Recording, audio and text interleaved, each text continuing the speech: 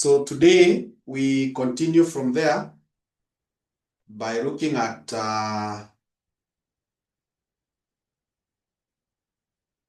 second decision. We looked at the first one, product mix.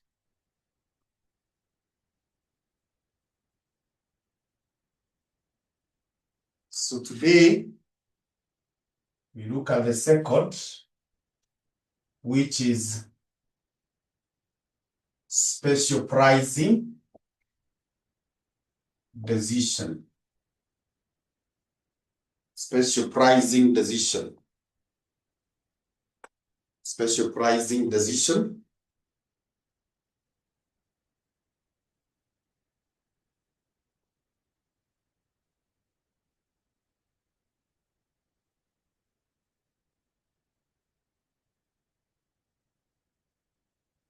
Special pricing decision, and we write that this is made in response to, this is made in response to an offer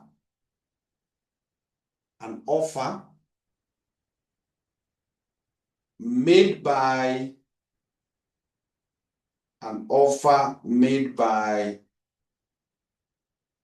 a one-off customer, made by a one-off, off ya double F, made by a one-off customer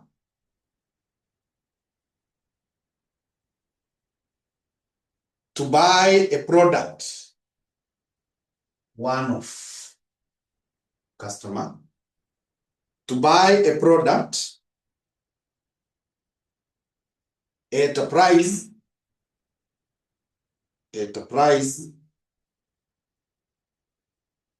below the normal market price.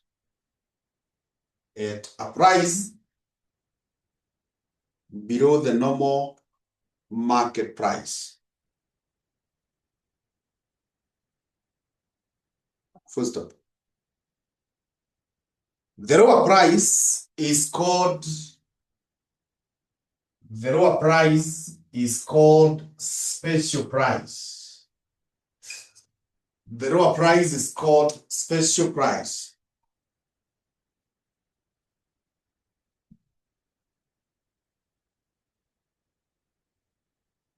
The lower price is called special price. First up, the offer should only be accepted. The offer should only be accepted. The offer should only be accepted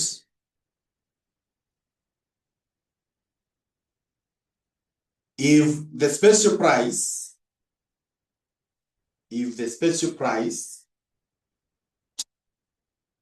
is greater than,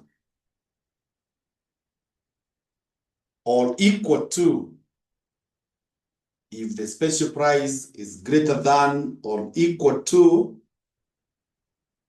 the marginal cost of the product. If the special price is greater than or equal to the marginal cost of the product.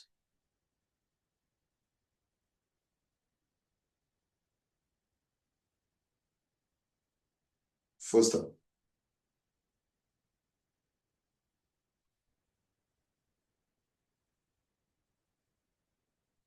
non-monetary factors to consider.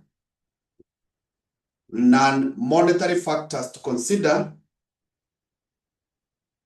Non-monetary factors to consider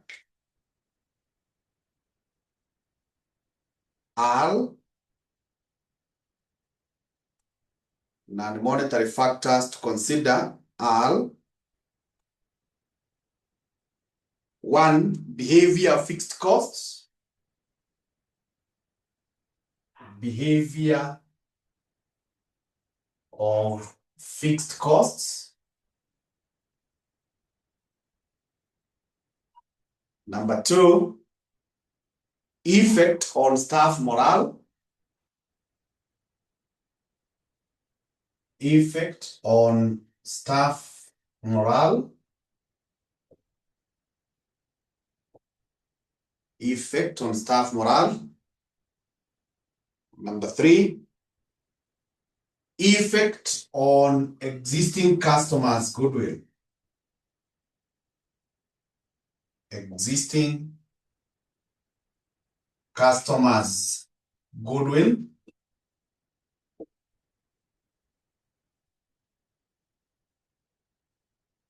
Number 4, future bulk purchases. Future bulk purchases. Future bulk purchases. Future bulk purchases. Josephat, how are you? Yeah, I'm very fine. Karibu sana. Asante, nashukuru. Maureen, how are you? I'm good, Mwalimu. Karibu. Thank you. So we are dealing with a special pricing decision, and we are saying it is a decision you make in a situation where a one-off customer. One-off is a customer who has not been there, and there is no indication that the customer will continue being with you. But they have come and they have made a request that they want to buy a product from you or a service from you, and they are willing to pay a price that is lower than what you normally charge other customers. For example, you charge 2,000 shillings, but this customer is willing to pay 1,200 shillings. So before you turn them away, you simply need to look at that 1,200 vis-a-vis the marginal cost of that product or service. If the 1,200 is equal to the marginal cost, you can accept. If it is more than marginal cost, you can still accept.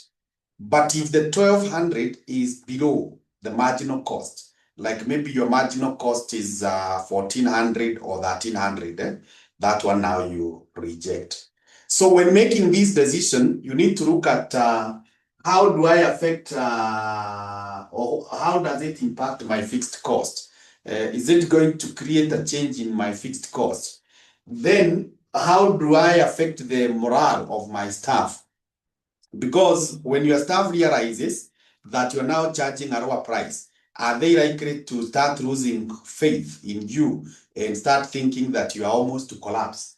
The existing customers, those customers who have been very faithful to you, they have been buying from you at 2,000 shillings, and they have not even given you a signal that they want to run away. But someone who has not been with you, you are ready to give them a whole 800 shillings discount. Those existing customers will feel shortchanged. The other thing is future bulk purchases.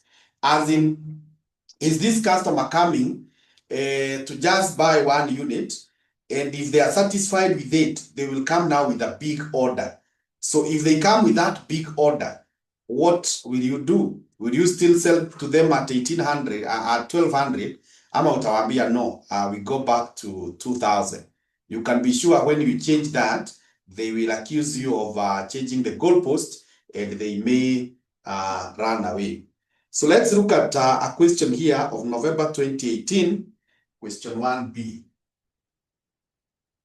November 2018.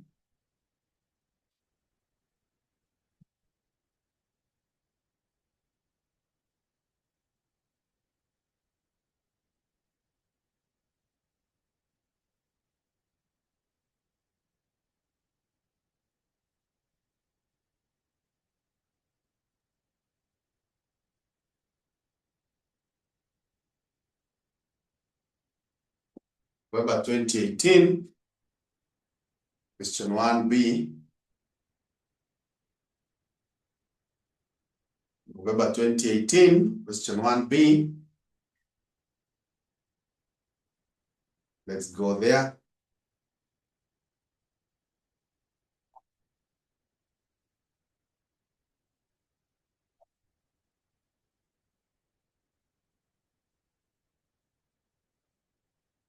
So if you are there, the question says, ABC Limited is a firm that is engaged in the repair and maintenance of property, plant, and equipment. The firm has received an order from XYZ Limited to repair its property, plant, and equipment. The management accountant of ABC Limited has provided the following information. We have the direct materials, 100,000 welding rods at 10 bob per rod, 300,000 welding rods at 12 per rod. Other materials, rubber, skilled, 30,000 hours at shillings 30 per hour, and skilled 20,000 hours at shillings 15 per hour. Depreciation is general purpose machines, special purpose machines, total cost, profit, suggested price. Additional information. 1. The repair contract requires 400,000 welding rods, of which 100,000 rods are already in inventory. These types of rods are about to be phased out of the market, and hence, if they are not used, they will have to be discarded. If ABC Limited is awarded the contract, it will have to purchase an extra 300,000 welding rods of the new model at a cost of shillings 12 per rod.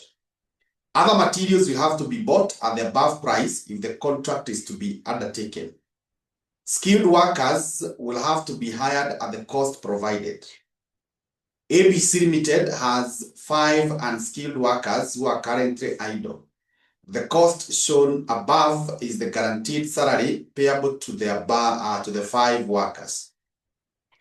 Number 5, the depreciation given is for the general purpose machines, which are normally used to do other jobs, including the special one, if allocated.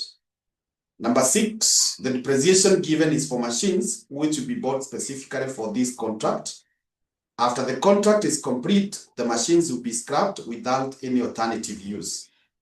Number 7, ABC Limited aims to earn a profit markup of 10% on cost on all work undertaken. Required, advise the management of ABC Limited on the minimum price to quote on this contract. Describe why in practice the minimum price is never actually used. Now that is a case of special pricing. Is a case of special pricing decision. It's a case of special pricing.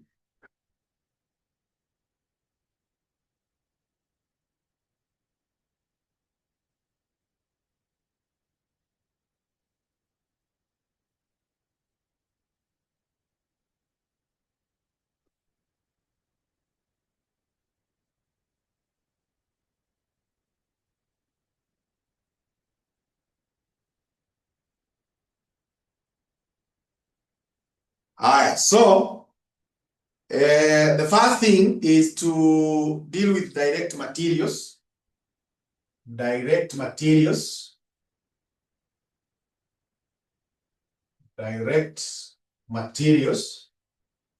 Now, direct materials, we are told by note 1, 100,000 welding rods. We are told that the contract requires 400,000 welding rods, of which 100,000 are already in inventory. Now, this type of materials are about to be phased out of the market, and hence, if they are not used, they will have to be discarded.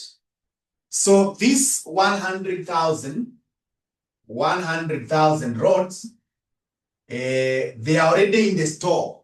And we said that if material is already in the store, the cost, the original cost at which it was acquired is irrelevant.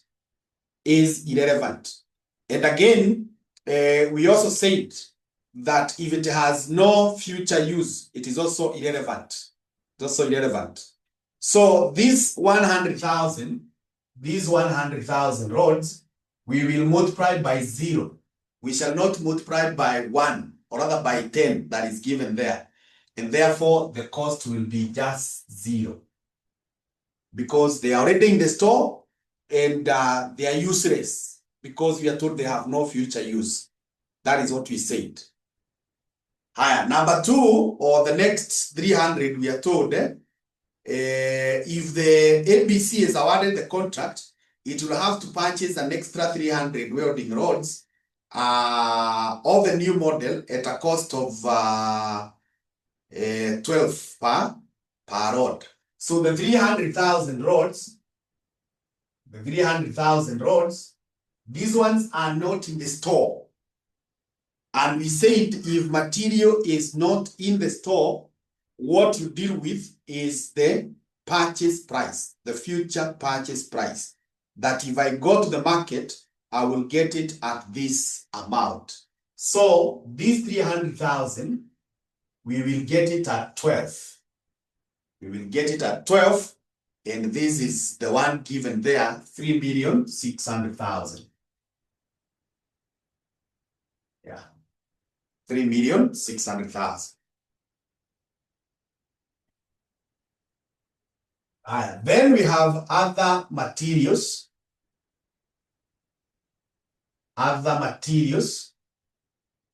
Now, other materials, we are told by information 2, they will have to be bought at the price that is taken, that is given. So that means we do not have them. We do not have those materials. Itabidi tuende sokoni. So going to the market, we will get them at 2 million. Going to the market, we will get them at 2 million. We will get them at 2 million. Then we go to labor costs. Labor costs. So labor costs, we start with the skilled. We start with the skilled. Now the skilled, we are told 30,000 hours at shillings 30 per hour. And it's mentioned in information 3. So let's go there. Information 3 says, skilled workers will have to be hired at the cost provided. That tells you that as of now, we don't have that. So we will have to go to the market and get them at that cost. So we are going to get them at 900,000. So that one we just put 900,000 that way. 900,000. Then we have the unskilled. Unskilled,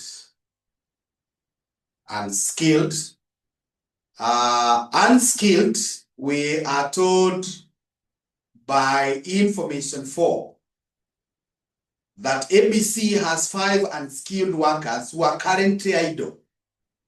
And the cost shown above is the guaranteed salary payable to the 5 workers. So these guys are already idle. And we said that if we already have idle capacity, labor cost is irrelevant.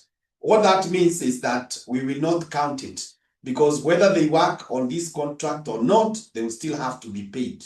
So that becomes 0 because it is idle. It is idle. When you are idle, your value is 0. That's why it can even be afforded by the devil. When they say an idle mind is the devil's workshop. Okay. The next one is depreciation. Now, depreciation, we have 2 of them. There is the general purpose, and then we have the specific. General and specific.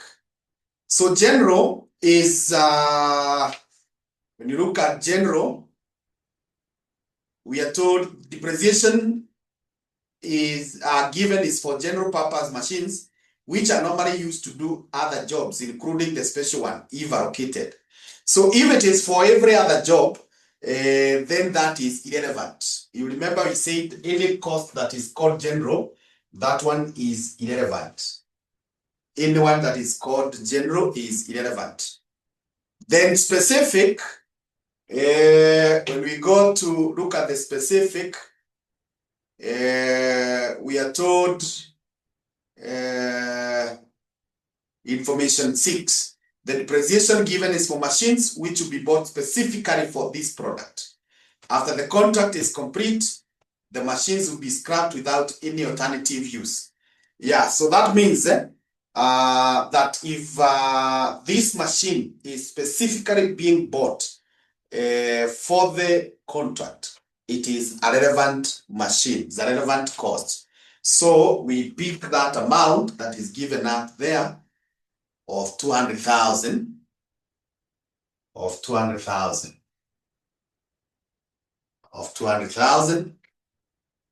and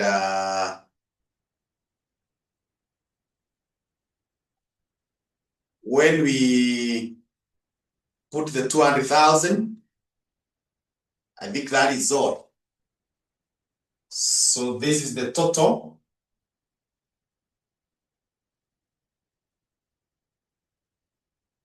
Total relevant costs.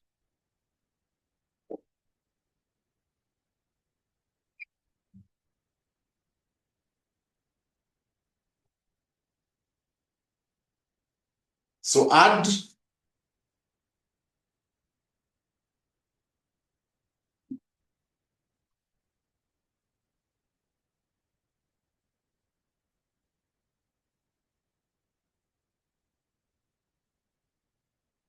and give me the figure.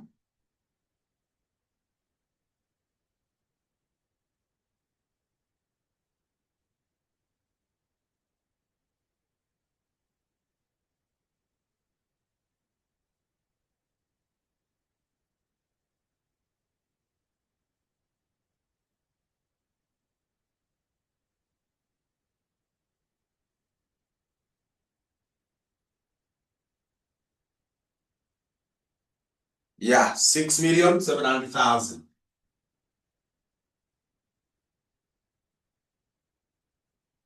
6,700,000. Hence, minimum price to quote is Kenya shillings 6,700,000. So that is the minimum price that they should quote.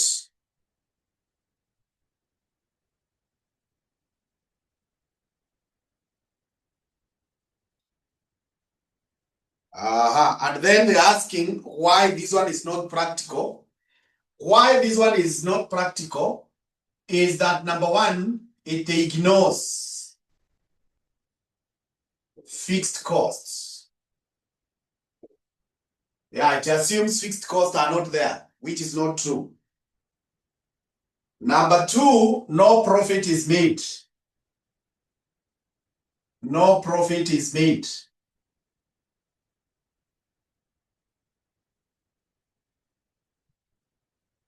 No profit is made.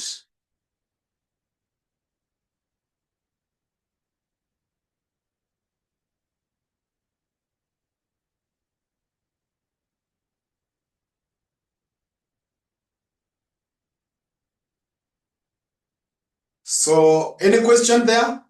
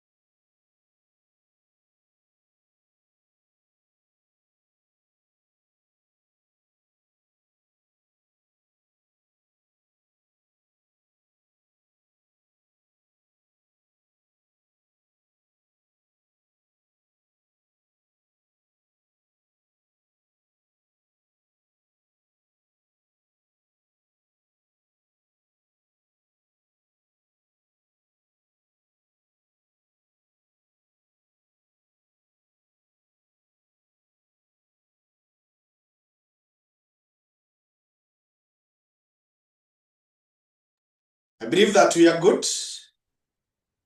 And if we are okay with that,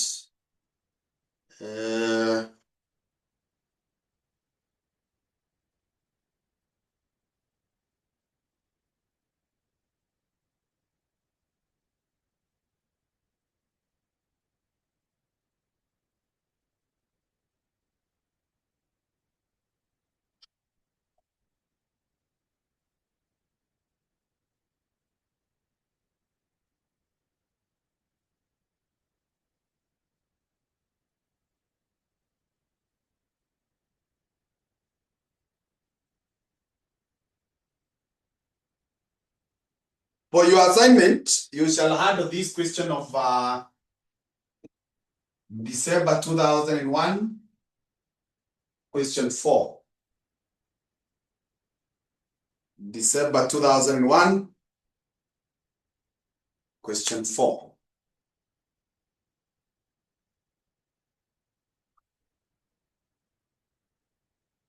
I want us now to proceed to the next decision.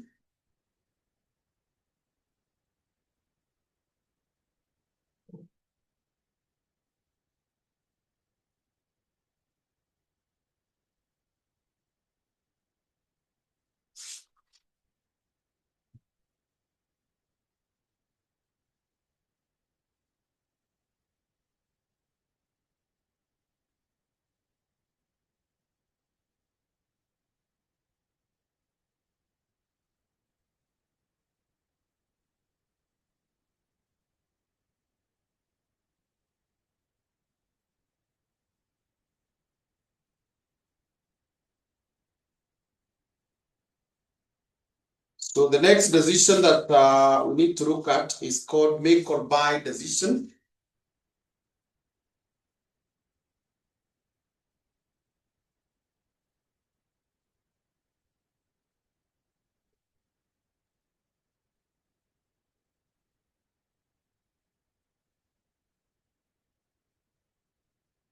Make or buy decision.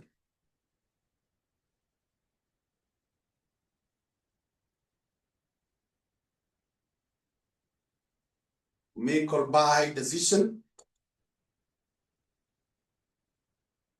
And we write that this is a decision. This is a decision formed in a situation where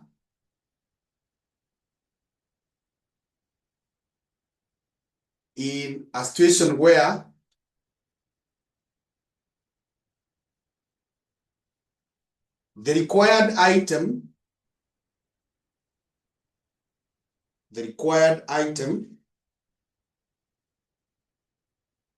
can either be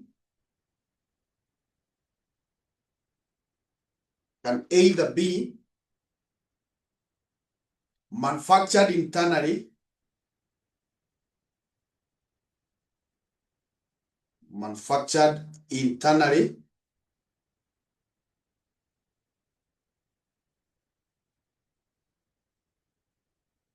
or purchased from an external supplier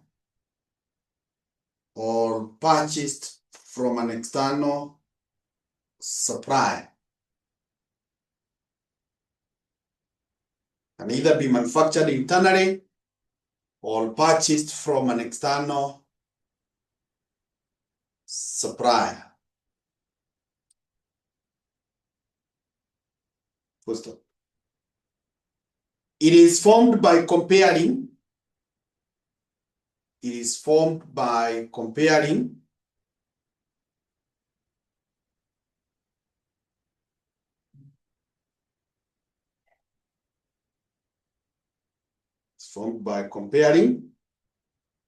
relevant making costs,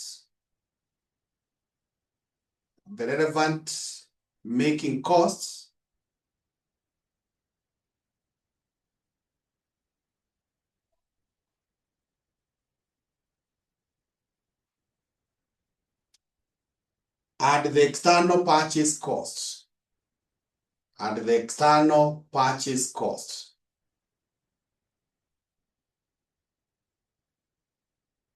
And and the external purchase cost.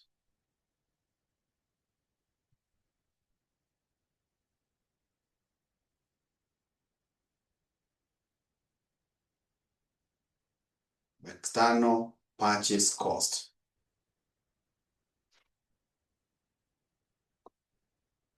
First of all, non-monetary factors to consider. Non-monetary factors to consider.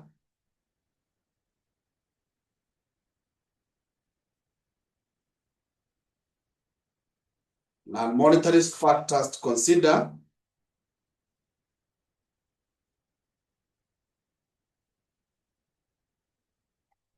One, behavior of fixed costs. Behavior of fixed costs.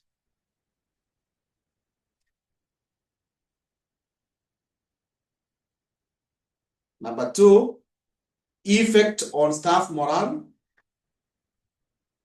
Effect on staff morale. Effect on staff morale.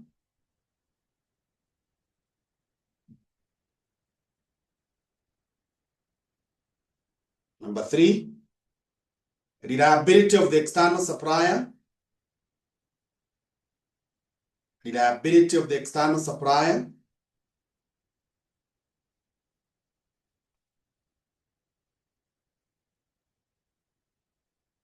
Reliability of the external supplier.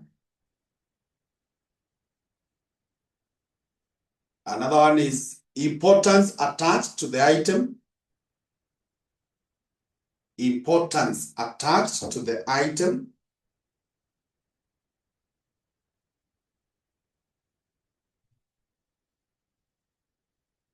Importance attached to the item. Another factor is alternative use of the resources that may become idle. Alternative use of the resources that may become idle. Yeah, that is what we call make or buy. It is one of the very common decisions that we do, starting with something like food. You can go to your house and decide, Leo, I'm not taking food from my house. I will go and eat from a hotel out there. That's a make or buy. So you need to compare what is the cost if I make this food in my house, and what is the cost if I go to the hotel and take from there, and many other things that we outsource. Now, factors that you need to consider, we are saying number one, how does that impact on your fixed cost? You need to check on that. How does it impact on the staff? The staff who are working for you, if you now outsource. If, for example, in your house, there is someone who cooks for you, and today you decide you're not taking their food, you are taking food from the hotel. How does that affect the person who cooks for you? What message are you sending? The other thing is, what is the reliability of the external supplier? And when we talk about reliability, we are talking of the price. Are they going to be stable? We are looking at the quality. Is the quality up to what we would expect? We was talking about delivery. Will they deliver in good time? So all those things that can rotate around the supplier, you need to take time and confirm. More so in a company setup, because a company makes a contract. So you're not just buying for today and tomorrow you do something else. Maybe you sign a 1-year contract, 2-year contract, 2 years contract, and so on. You also need to look at the importance you have attached to the item. Now, the item that you highly value, you are likely not to allow someone else to do it for you. You would want to do it by yourself. But that which you do not value, you can outsource. The alternative use of the resources that will be idle. Now that I will not cook in my house, which maybe would have taken me a whole 1 hour, 60 minutes. I'll just go out here and take from the hotel that is next here. Now, going there to the hotel, 20 minutes are enough, nikule, because tapata washakula, nikulipa tu na kukula kurudi. So, the 40 minutes that remain, what else will I be doing with those 40 minutes? Yeah, I need to really justify that. So I want us to handle a question that is here, that was tested in July 2000 as question 1. So let's go there. July 2000. July 2000 as question number 1.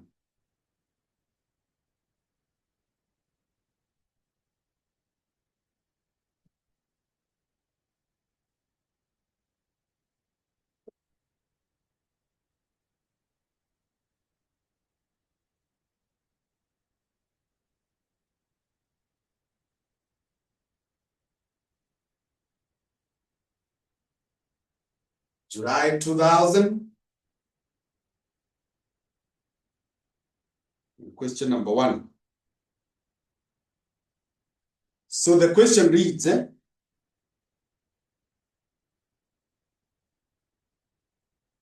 a processing company, Timau Company Limited, is extremely busy.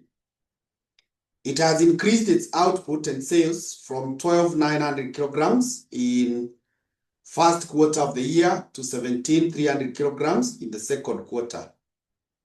Although demand is still rising, it cannot increase its output more than an additional 5% from its existing labor force, which is now at its maximum.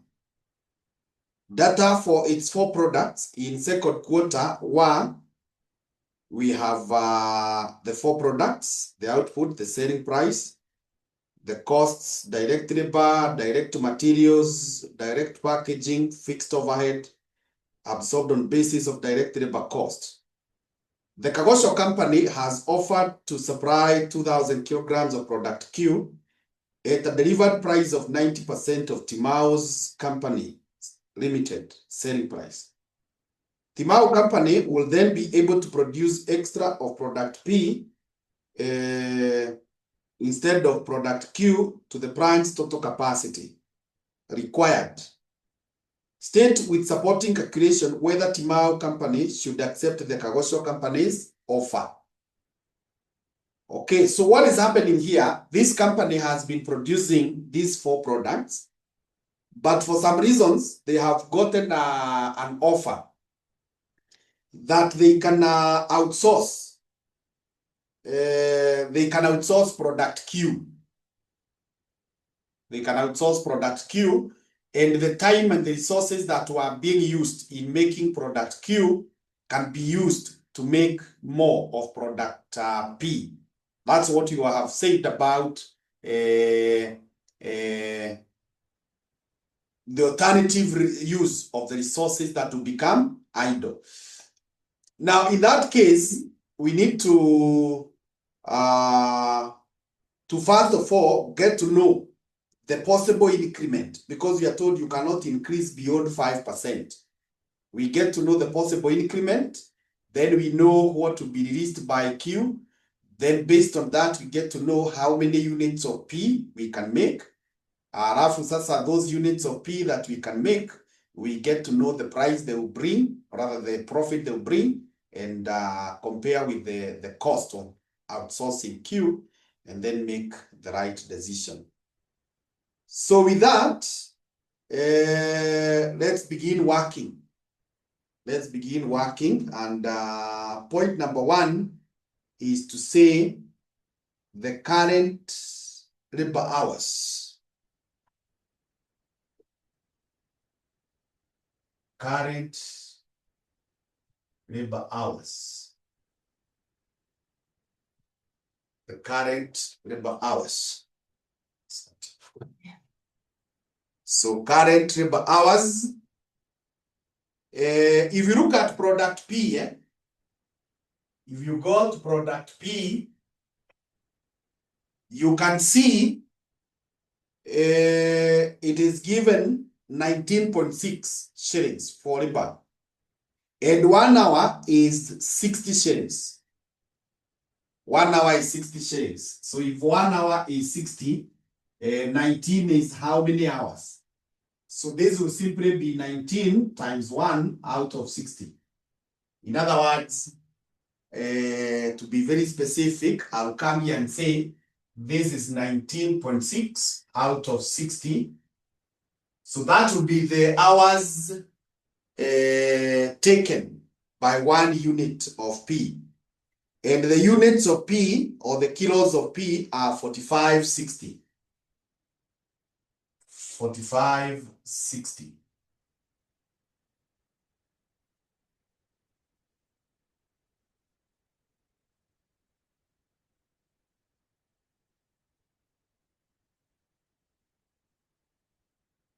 So give me those hours.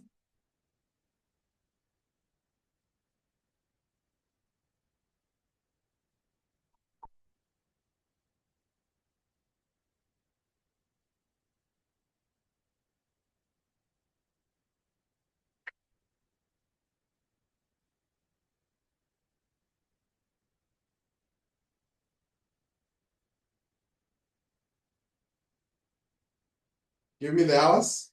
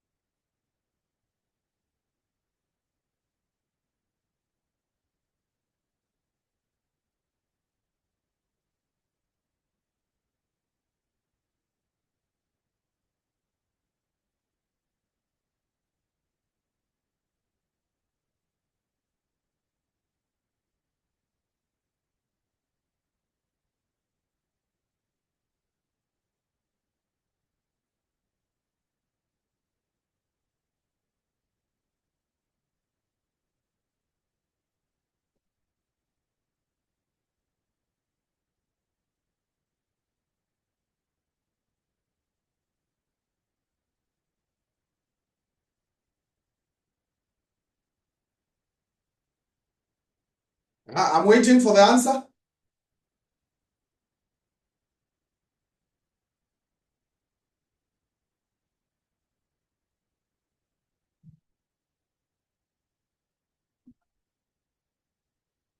$14.90.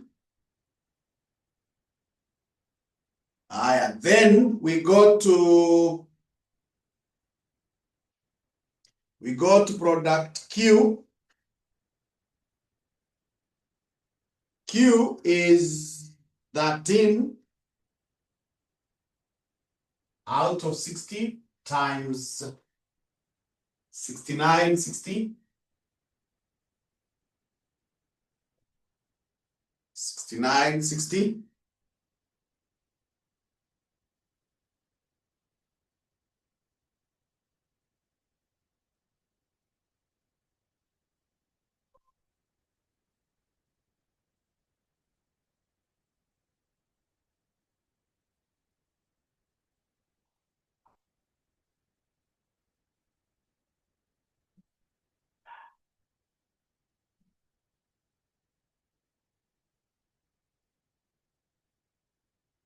$15.08. We go to product R.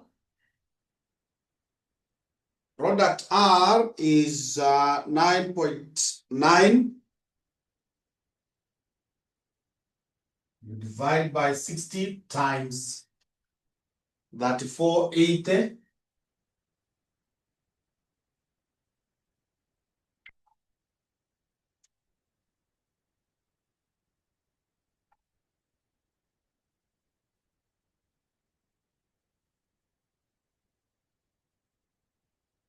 $5.74.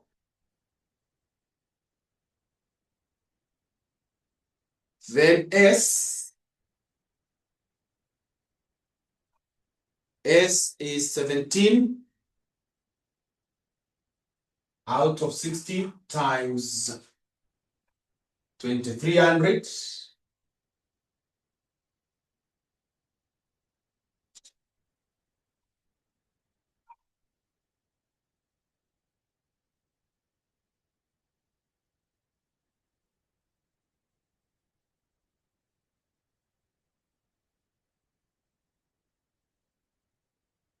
652.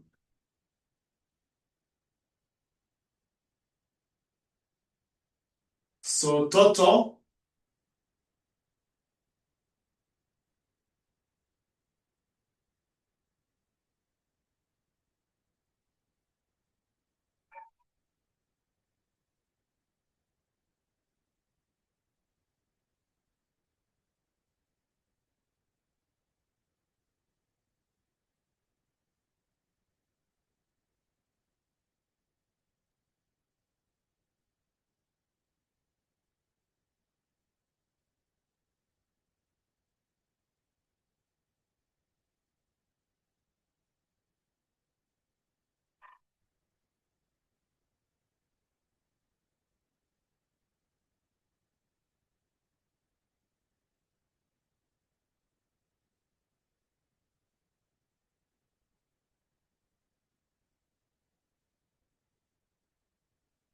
4224.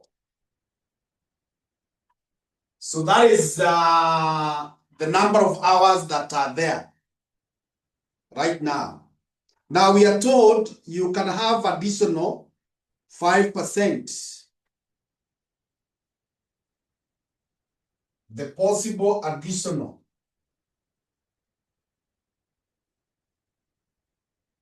hours, will be 5% of 4224.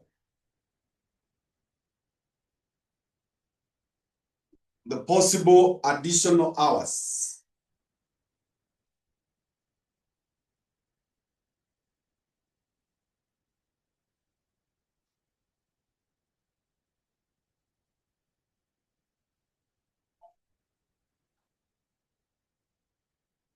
To 11 hours.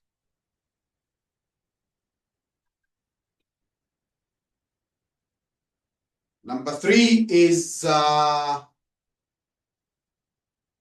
hours to be released.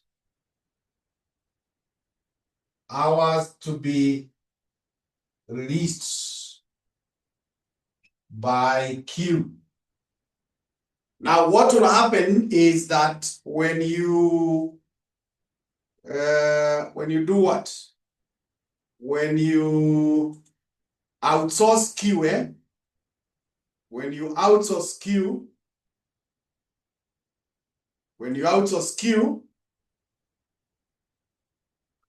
the hours that were being used to make Q be free. Now 1 unit of Q is taking us 13 out of 60, and the deal is to outsource 2,000 units. The deal is to outsource 2,000 units.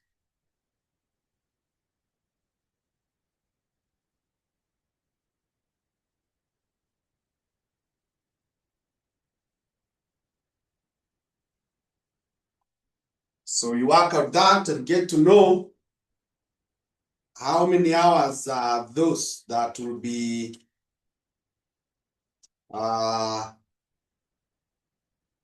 outsourced, rather will be released when we outsource.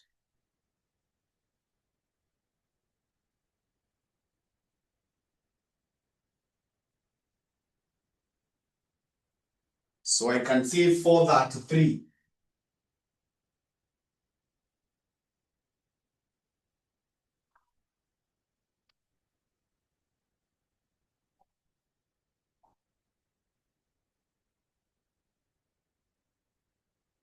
So with this, I will now be able to proceed and say hours available for extra piece. Hours available for extra piece. The hours available will be this possible increase, 211, plus this one of 433.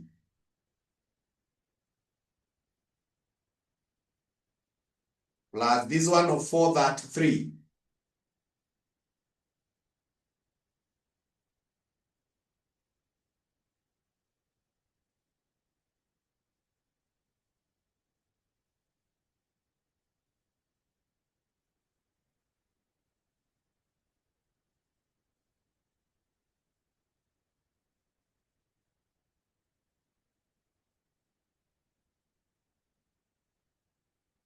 So that is 644.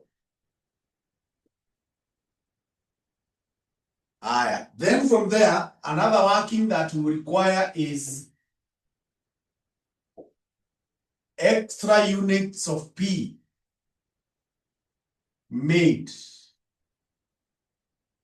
Extra units of P made. So the argument will go like this. 1 unit of P is taking us 19.6 out of 60. So when you have 644 hours, how many units can you make? So this becomes 644 times 1. You divide by 19.6 out of 60. That will tell us how many units of P we can make.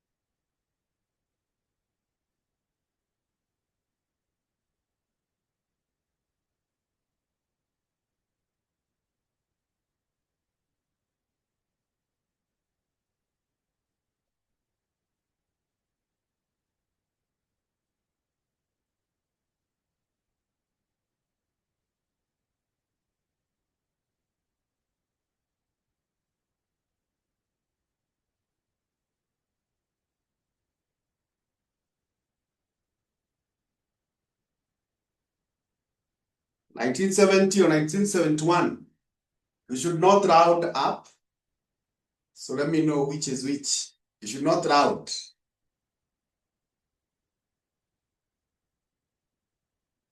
The others, what are you getting?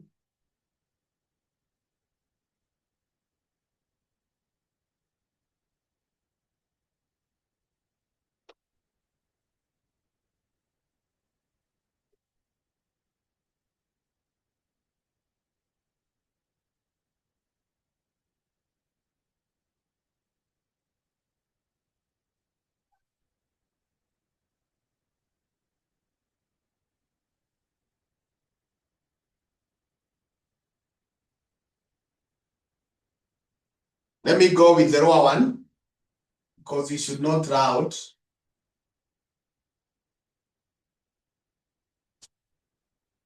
I believe the 71 has been rounded. Is that so, Josephat? Not really, because actually the answer is 1971.428. Oh. But either way, I think there'll be no much difference. Na hepi mbona unapata 70?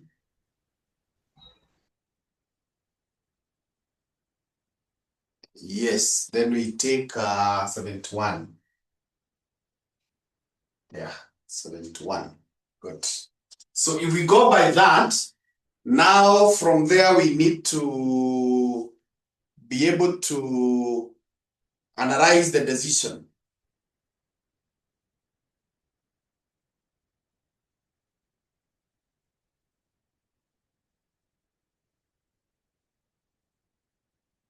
So working number 6 is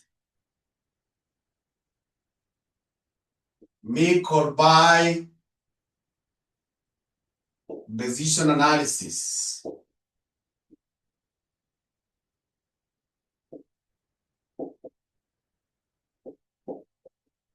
So we have details here. We have details here. And there are two things that we are comparing. There are two things that we are comparing. We are comparing whether to make units of Q or to outsource. And then that will say whether we accept the offer or reject. So I can say if we decide to make,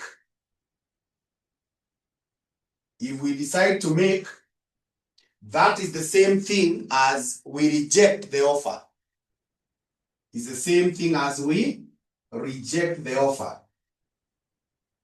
But if we decide to buy, that is the same thing as we accept the offer. So you can either say accept or reject. You can also say make, or buy. I hope you're able to connect the two that way. Now, if we are able to connect the two that way, the first thing is the revenue. Now, revenue, we will have the revenue from P first. The revenue from P, you can see product P is going for 162 shillings. Now, first of all, we need to know whether P is present or not present. And what we are considering. What we are considering is the extra units of P. The extra units of P. So, if we decide to make Q, we will not have the extra units of P, because the extra units of P are only possible if you have outsourced Q. Ukapata these hours and these ones. So if we decide to make, then we don't have P. But if we buy, we have it. So the selling price is 162 and the units are 1972. So give me that.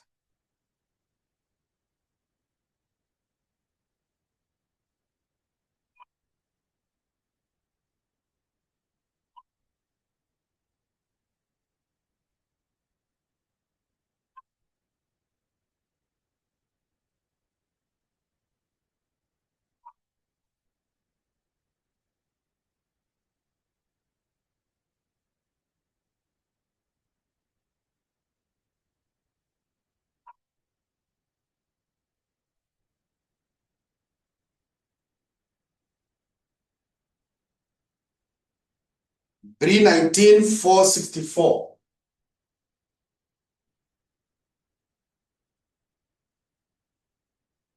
Then Q. Now Q is present in both situations. Whether we make or buy, Q is present. The only difference is how we get it, but it's present. So Q is going for 116.4. And the units at hand are 2,000. The units at hand are 2,000. Pardon, Mwalimu kidogo. Mm-hmm. Up there, the P, the buy, the buying option for P, it's 162 times 1971. Oh, sorry. Thank you. I don't know why I'm getting 72. So is this answer based on 2 or?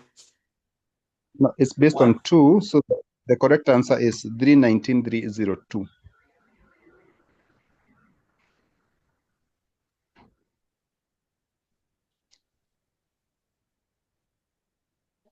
that way. Yes. Thank you. So give me that.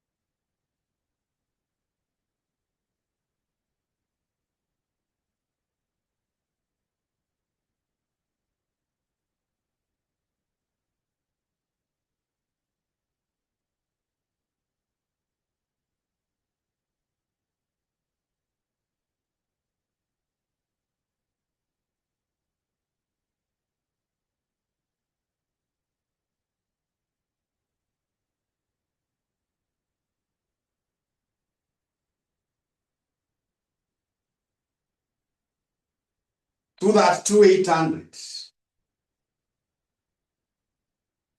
So the same case here, 116.4 times 2000. So this is 800. To that 800.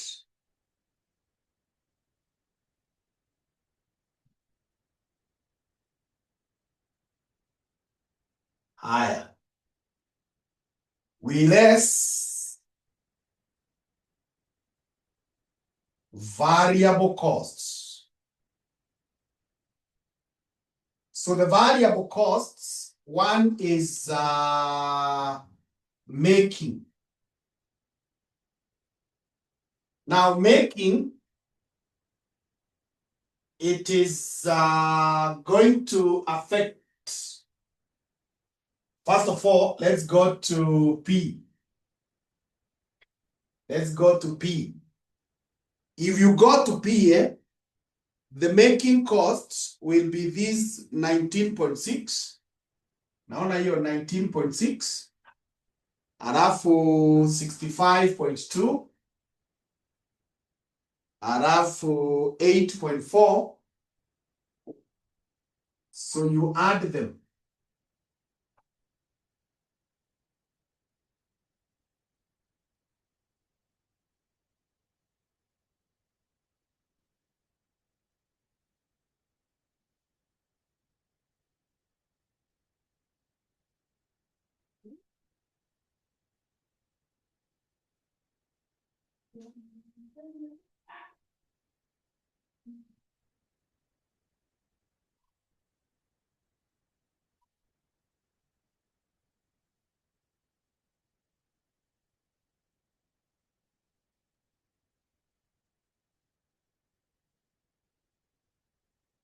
Add those costs.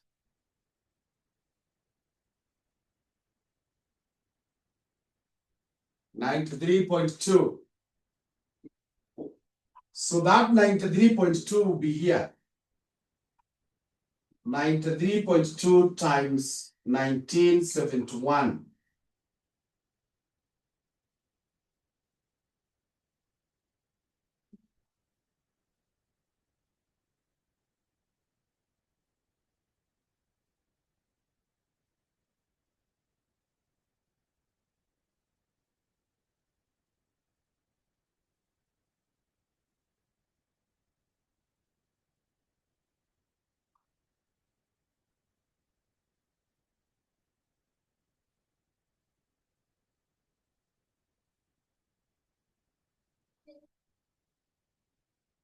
$183,697.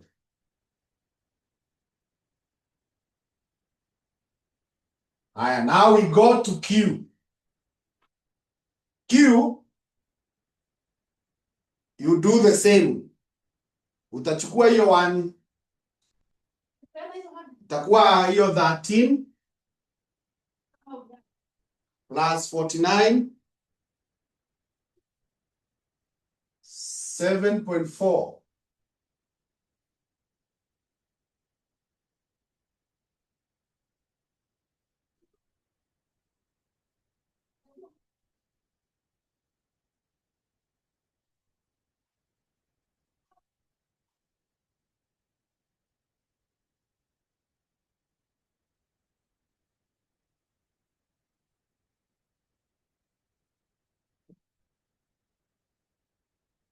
136.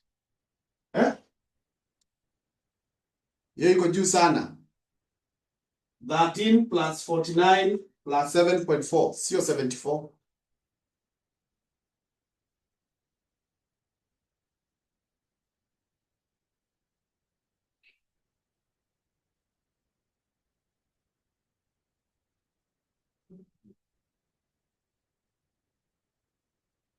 Yeah, 69.4. So sasa hiyo 69.4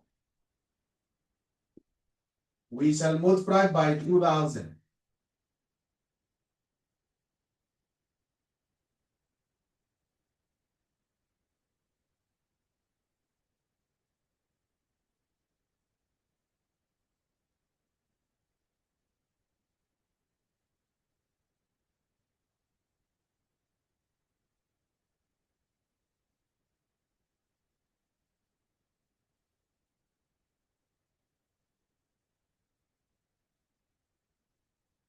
$138,800.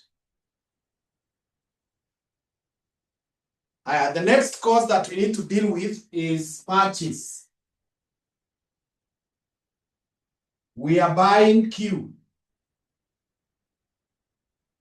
So Q is being bought here.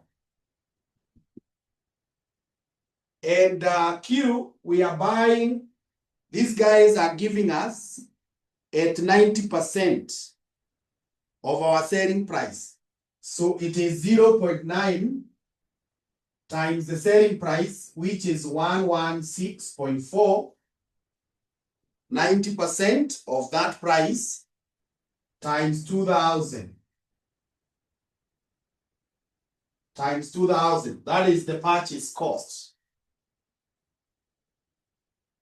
That is the purchase cost.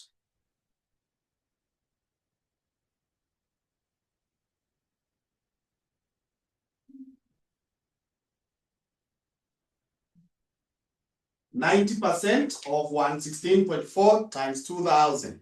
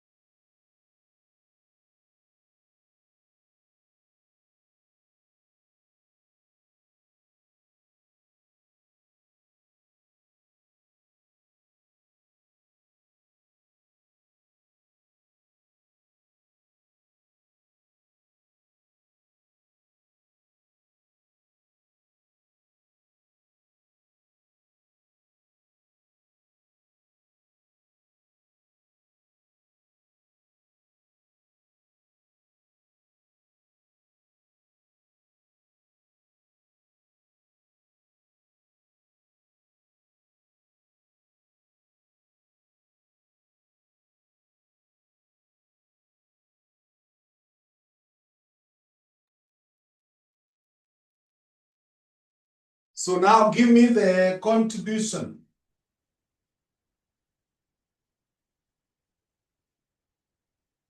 Contribution. This one. So you take this revenue, these 232 minus this 138.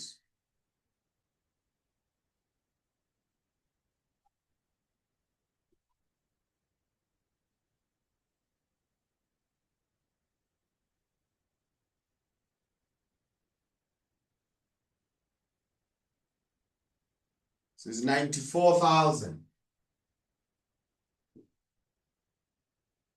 The next one, do the same. You take these two revenues, these 319 plus these 232.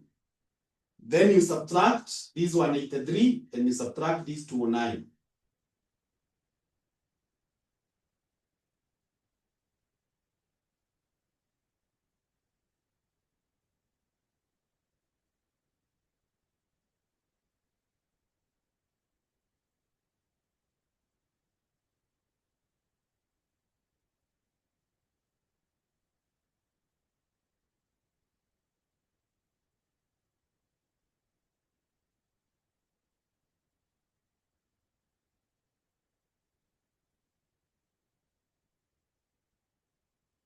So 158, 885.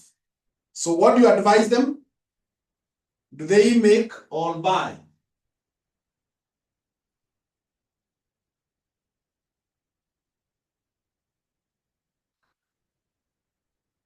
What do you advise them?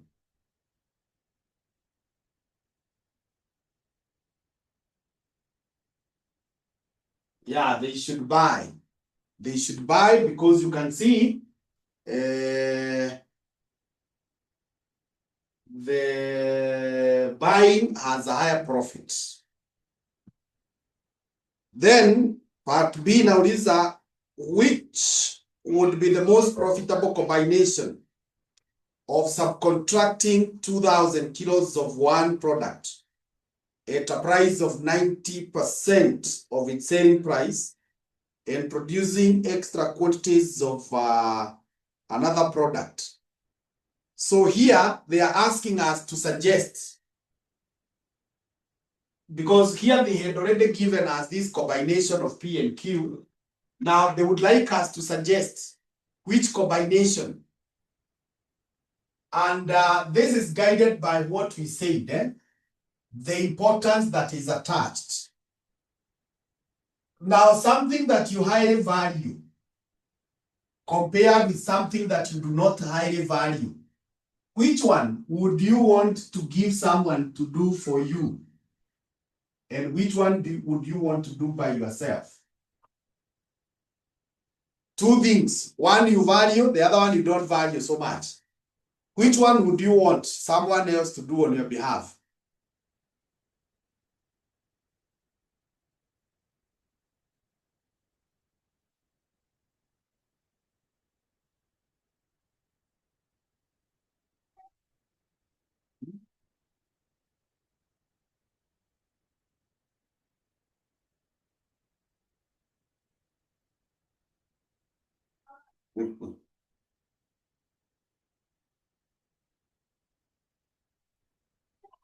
Yes, what you do not value is what you can give to someone else. Yeah. This is the concept you see even when we go to functions. Kuna wale wageni wanawekwa high table. Kuna wale wanakaa huko nje kwa nyasi. If it is your function, you would wish to serve wale wako kwa high table. Ndio uhakikishe wamekuwa served vizuri. Lakini wale wako huko nje, you can send someone. Na kama sio wewe utaserve, yule utatuma aserve high table ni mtu unajua atafanya perfect job. Yeah. Now those people we take to the high table are the guests we highly value. So that is the concept. Now the value in a company is determined by profit. So we are therefore going to get the profit per hour, and then the one that will be having the highest, that one we make. The one with the lowest, we outsource.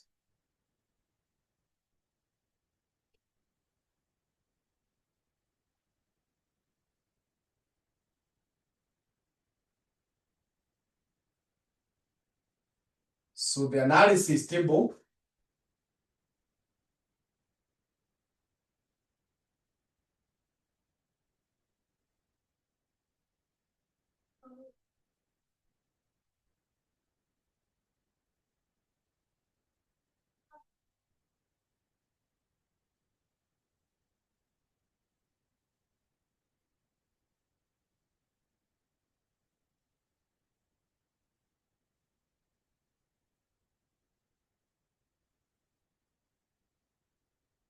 So we have details here.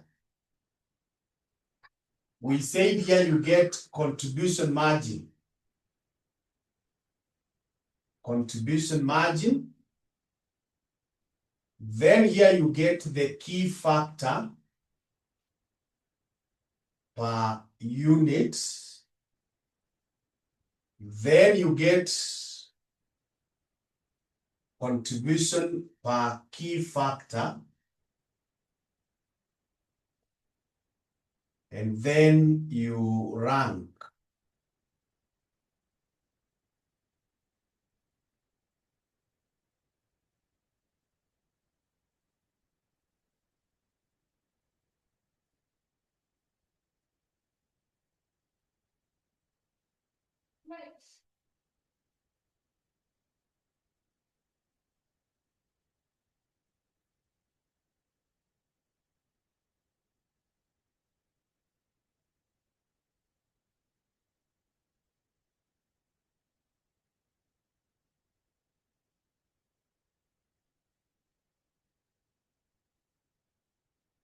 So what we shall do,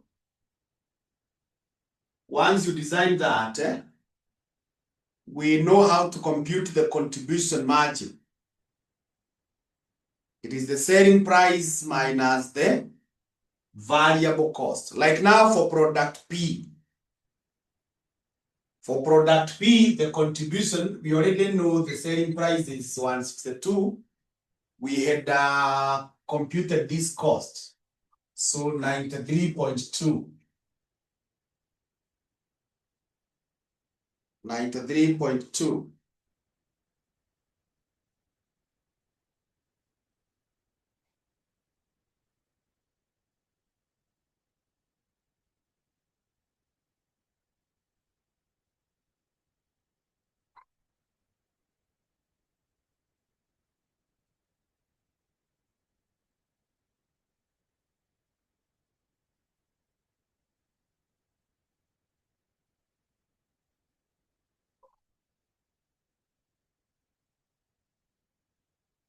$68.8. So that 68.8 ndio nitaandika hapa. The next one is 116.4. I less 69.4.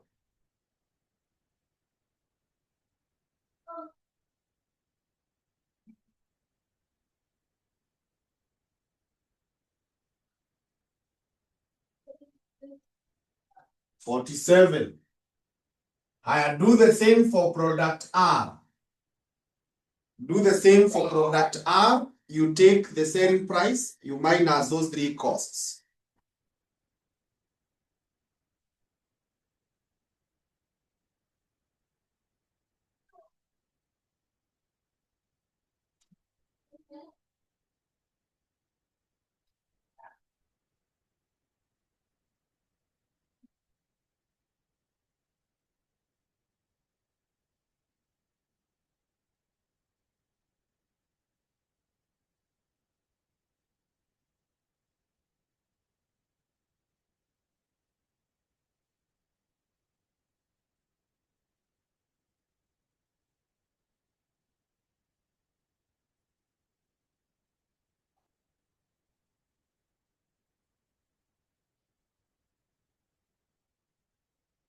Product R,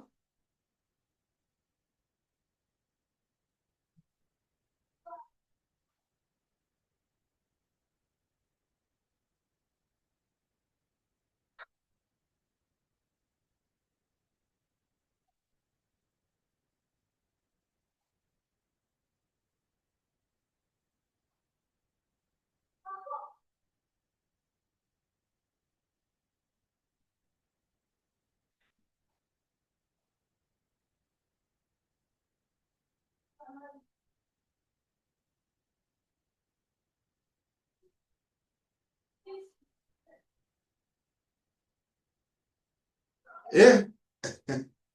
I'm waiting for product R. You take the selling price, you subtract those three costs.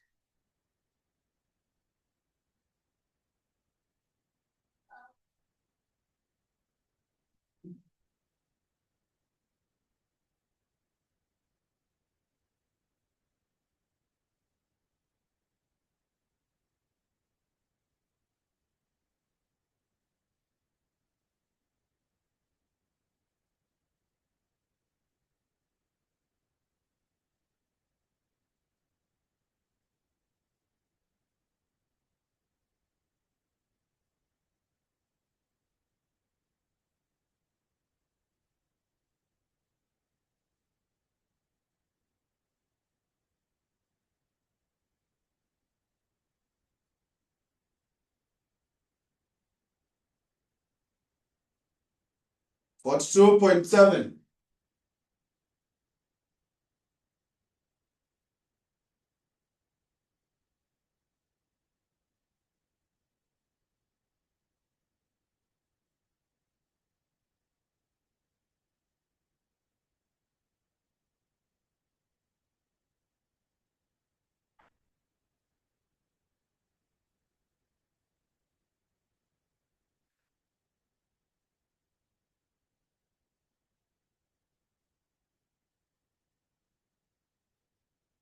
$58.6.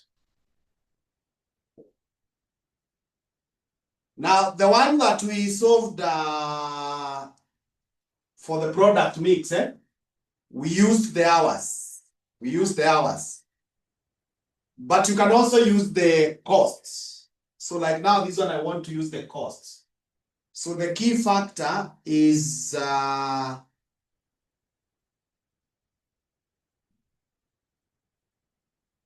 19.6.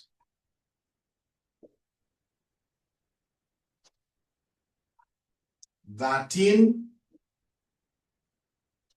9.9,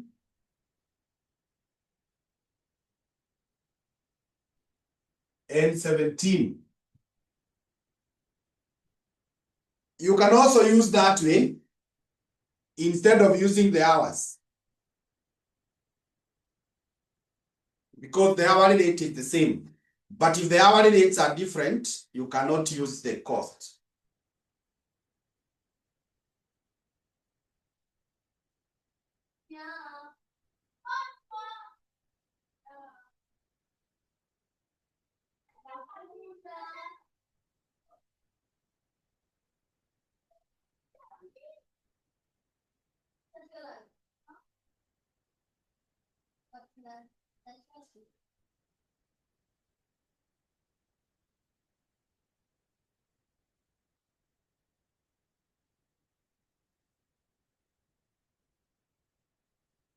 So give me this. You divide 68.8 divided by 19.6.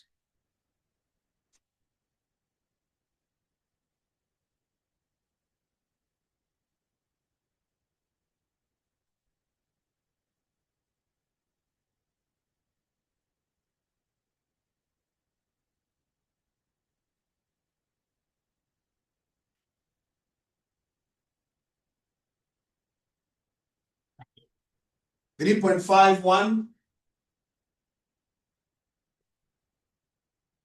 Next.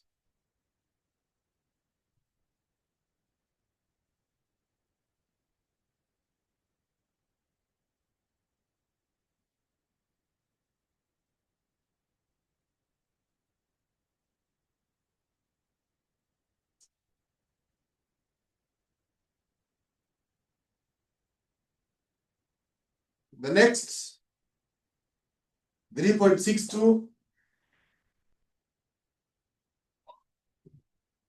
The next, 4.31. The next,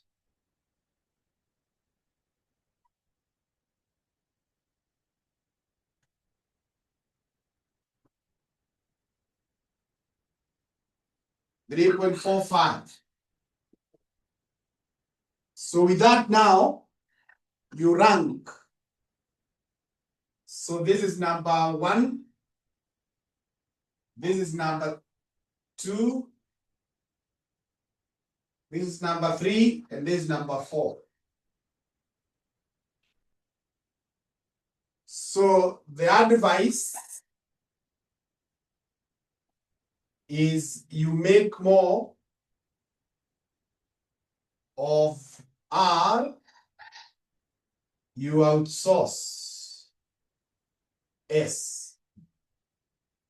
You outsource S.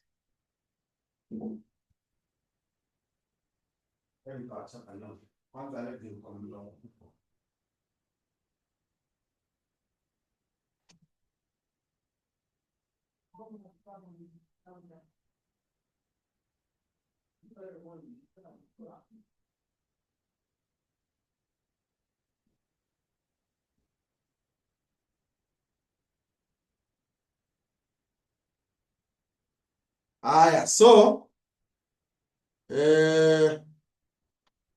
for your practice, I would like you to attempt May 2021,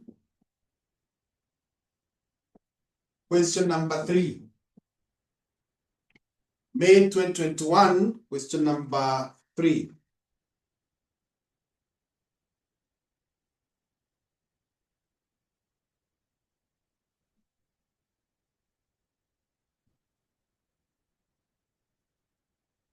May 2021, question number 3.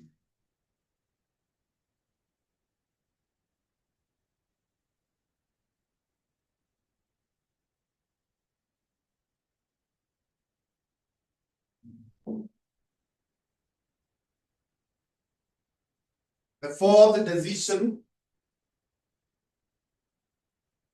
is drop or retain decision. Drop or retain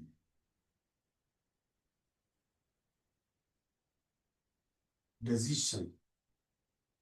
Drop or retain decision. Drop or retain decision. And we write that this is a decision made in a situation where this is a decision made in a situation where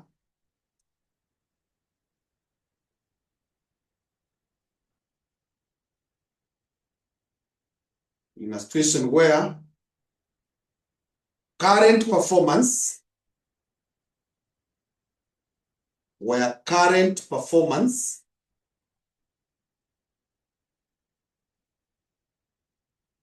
is below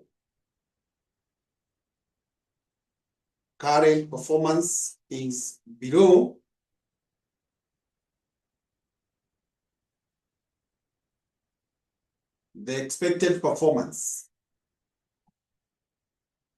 Is below the expected performance.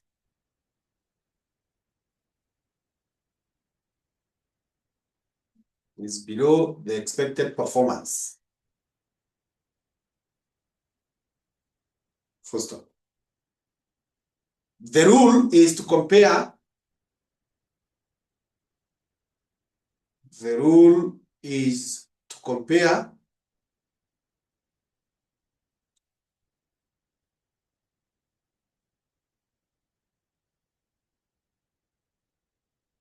the total results of dropping,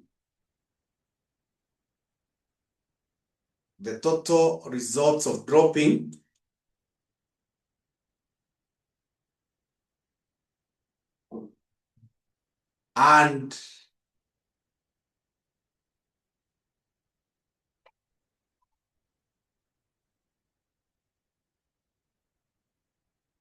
the total results of retaining, and the total results of retaining.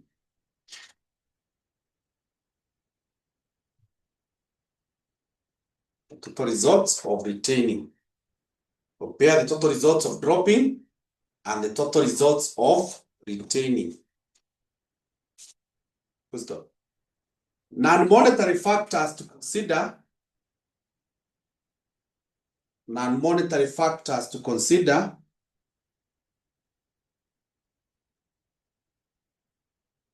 Non-monetary factors to consider.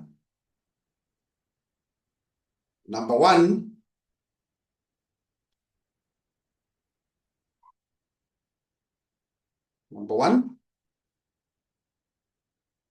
behavior of fixed costs.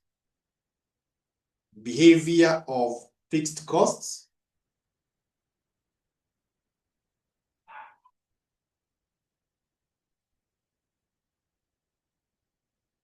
Number two, effect on customer morale. Effect on customer morale.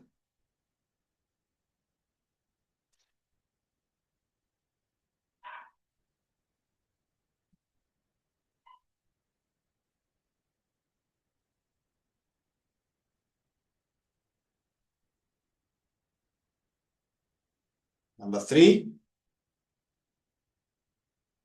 effect on the customer's goodwill. Effect on the customer's goodwill.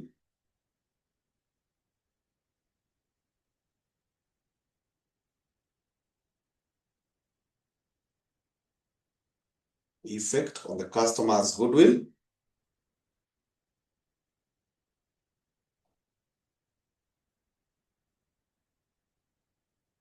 Another one is future prospects.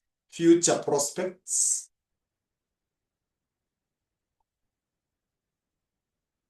Future prospects.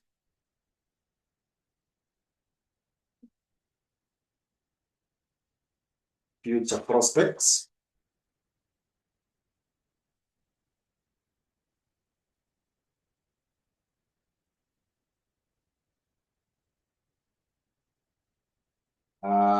Another one is alternative use of the resources that will become idle.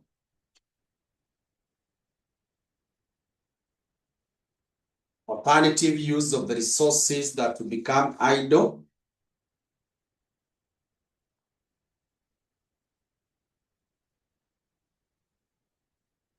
Alternative use of the resources that will become idle.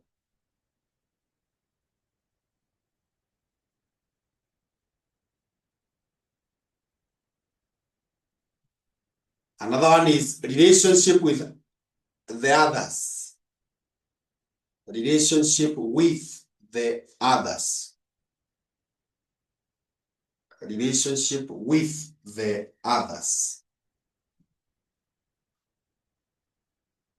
Relationship with the others.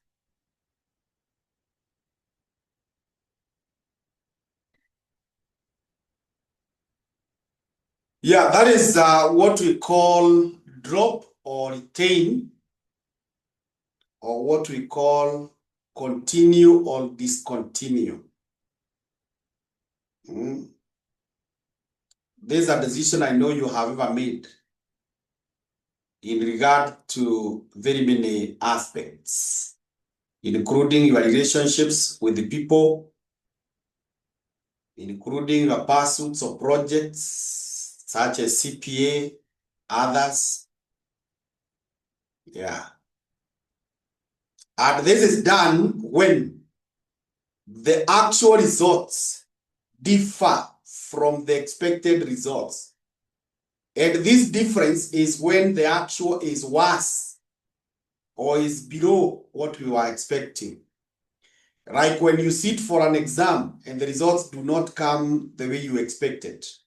That is the time you feel like, do I discontinue with this CASNEP thing? Yeah. When you run a project and you expected to make good profits, but the actual result is that you are in a deep loss. That's when you start asking, do I continue or do I abandon? When you are in a relationship with a person and the person is not delivering as per the expectations, you start wondering, do I continue, do I drop out? Yeah, we have very many types of relationships, including the one you have with me right now, teacher-student. It's a relationship. So if you are feeling I'm not delivering, then in your mind you are wondering, do I continue, do I not continue? Yeah, and many others. So some factors or the way to go about it is this. Simply look at what will happen if I discontinue. You look at everything total, positive, negative. You get the net. Then you look at what will happen if I discontinue. So you compare the two sides, the totals. And that total helps you to look at the positive and the negative. If you're in a relationship with a person, and I know you have been, and some of the relationships you dropped or you are dropped, whichever the case, that person has a positive and that person has a negative. What makes the difference is which side is more. So it's good to look at the two sides, the positive side of the person, the negative side. Then you decide. Now, non-monetary factors that you need to bring on board are the effect on fixed cost that we have been talking about, effects on customer morale. When we close our business, especially when we do what we call restructuring, and you find that some of the departments are no longer active, or some of the branches zimefungwa. What message are we sending to our customers? Are we telling them that hata hii ingine watapata imefungwa? You need to check on that. What message are we sending to the employees when we decide we are no longer going to offer this? We are no longer going to do this. What message or what is the future prospect? Because right now, the product may not be doing well, or even the person is not doing well. But given time, tomorrow or the day after or the months or the years after, they will do well. Yeah, so you need to check on that. The other thing is the alternative use of the resources that will become idle. Now, if I discontinue, like now if I say I stop teaching MA, what else will I be doing? I need to know. What else? Do I have a better deal? Ama ninaacha tu nikaange tu idle. Yeah. The other thing is the relationship with the others. If I discontinue this product, what is the relationship with the other product? For example, here in CPA, specifically here in Chacham, we teach several subjects. Let me mention something like AFM and AMA. If I stop teaching AMA, can it affect AFM? Is there a student in the AFM who is there because we also have AMA? Such that if AMA is not there, that student will also not be in AFM. That is something you need to really ask and establish. So that usifunge hii, ukifikiria ile ingine itabaki hivyo. Then upate hii nimefunga hata huku kumeanza kuwa na mashida. That's something you need to check. The relationship with others. So naona muda ndio huo. We have 10 minutes remaining. So these 10 minutes will not be enough. So what you do, take note of this question so that when we meet next, I'll be able to begin there. Let's note, because in my mind I've registered we are done with the topic. So I might forget. December 2023, question 1C. We shall begin there in our next lesson, God willing. That is on Friday. There is a likelihood I might arrive a little bit late, but we'll still have the lesson.